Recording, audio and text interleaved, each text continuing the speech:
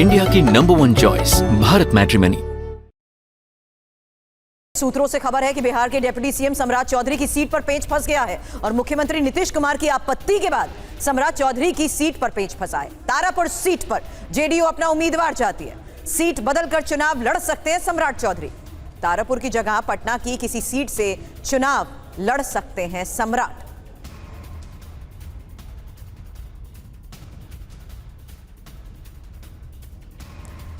रुपेश हमारे सहयोगी इस वक्त हमें ज्वाइन कर चुके हैं। रुपेश, ये एक सबसे बड़ी खबर है जहां तारापुर सीट की बात करें तो पॉलिटिकल हॉटस्पॉट, और इसी पॉलिटिकल हॉटस्पॉट से इस वक्त की ये सबसे बड़ी खबर जहां पेच फंसता नजर आ रहा है।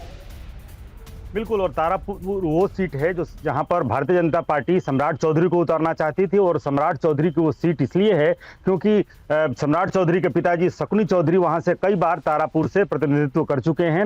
लिहाजा सम्राट चौधरी को ये लग रहा था, या बीजेपी को भी लग रहा था, कि सम्राट चौधरी जो बीजेपी के सबसे बड़े चेहरे हैं, या भविष्य में अगर जरूरत ऐसी आन पड़ती है तो मुख्यमंत्री के चेहरे भी कमोबेश सम्राट चौधरी हैं। लिहाजा उनको एक सेफ सीट के रूप में तारापुर ढूंढा गया। लेकिन नीतीश कुमार को सीट शेयरिंग लगभग फाइनल था, लेकिन 5 से 6 सीटें ऐसी हैं जिस पर जब नीतीश कुमार के पाले में गेंद आई है, जब दिल्ली में बंटवारा हुआ, फिर यहां पर बैठकें हुई, लेकिन जब नीतीश कुमार ने सीट शेयरिंग पर कौन कौन सी सीटें लोजपा को जा रही हैं, कौन कौन सी सीटें भाजपा को जा रही हैं, उसके बाद से नीतीश कुमार ने अपनी असहमति जताई है। खास करके तारापुर सीट जो बीजेपी को दी गई है उस पर आपत्ति है कि वो तारापुर सीट जेडीयू, पिछली बार जब उपचुनाव भी हुआ था तारापुर में तो जेडीयू ही वहां से चुनाव लड़ी थी। अब प्लान बी तैयार किया गया सम्राट चौधरी के लिए कि सम्राट चौधरी को क्या पटना में, राजधानी पटना में 2 सीटें हैं, एक कुम्हरार जहां से अरुण सिन्हा विधायक हैं, अरुण सिन्हा ने कह दिया कि अब वो चुनाव नहीं लड़ेंगे, तो या तो कुम्हरार से उतारा जाए या फिर जो नंदकिशोर यादव जो विधानसभा के स्पीकर हैं उनकी जो सीट है पटना साहिब वहां से उतारा जाए। लेकिन इसके अलावा भी 3 सीटें हैं जो लोजपा को दी गई हैं।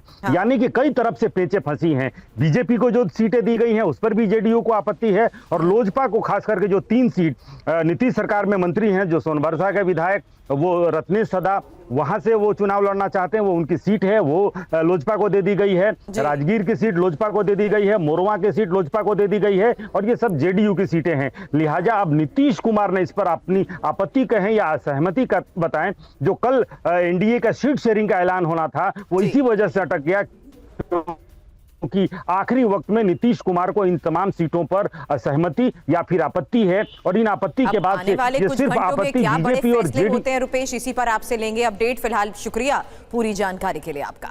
इंडिया की नंबर 1 चॉइस भारत मैट्रिमनी।